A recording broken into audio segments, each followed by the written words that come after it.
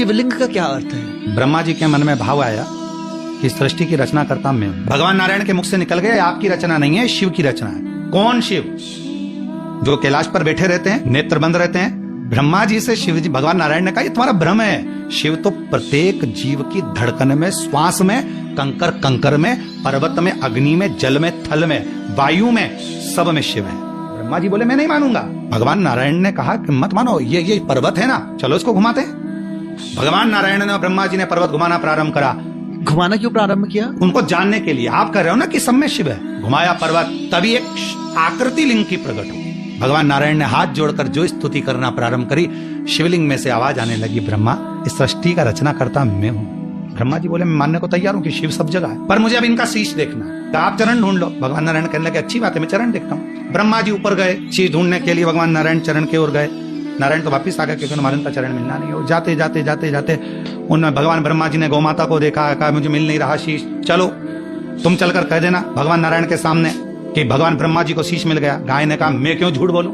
ब्रह्मा जी कहने लगे पृथ्वी पर सबसे पहली रोटी जब घर में बनेगी तो तेरे नाम की निकलेगी, तुझे ही मिलेगी। गाय ने कहा फिर तो मैं झूठ बोल दूं। चलते चलते गाय माता ने कहा कि मेरे बात को अगर कोई ने नहीं माना तो केतकी के फूल को तोड़ लो। केतकी का पुष्प तोड़ लिया, तू चल मेरे साथ में, सारे देवताओं पर चढ़वाऊंगा। भगवान नारायण के सामने चलकर कह देना कि ब्रह्मा जी को शीश मिल गया, चलो मुझे क्या दिक्कत है। भगवान नारायण ब्रह्मा जी से पूछा आपको शीश मिल गया? ब्रह्मा जी बोले नहीं, पहले आप बताओ आपको चरण मिल गए क्या? भगवान नारायण ने कहा मुझे चरण कहाँ मिल सकते हैं, मुझे शिव के चरण मिल जाए, बहुत कठिन बात। जैसे ही नारायण ने सत्य कहा, शिवलिंग में से आवाज आ गई, हे नारायण, आपने मेरी साक्षी में सत्य कहा है, आज से पूरी पृथ्वी पर सत्य की पूजन सत्य नारायण के रूप में होगी। ब्रह्मा जी से भगवान नारायण ने पूछा अब आप बताओ आपको शीश मिला?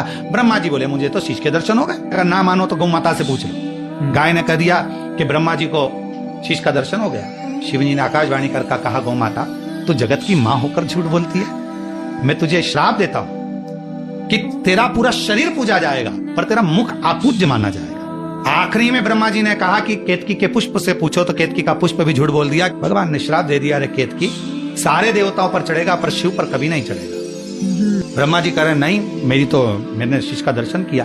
तब भगवान शंकर को क्रोध आया और शिवलिंग में से ही शिव प्रकट हो गए। उन्होंने अपने पांव का नख तोड़ा, काल भैरव प्रकट कर दिया। काल भैरव से कहा इसका शीश काट दो। काल भैरव ने अपना नख तोड़ा, ब्रह्मा जी का जो झूठ बोलने वाला शीश था उसे काट दिया। जहां से झूठ बोलता हुआ शीश लुढ़क रहा था वहीं कर्मनाशा नदी प्रकट हो। तो भगवान विष्णु ने भगवान शंकर जी से कहा इसका क्या होगा, लोग इस शीश से नफरत करेंगे, कोई झूठ बोल रहा है। तब भगवान शंकर ने कहा इस शीश को मैं बट वृक्ष बना देता हूं, इस बट वृक्ष की छांव में मैं शंकर बैठूंगा और मेरा नाम बटकेश्वर महादेव हो।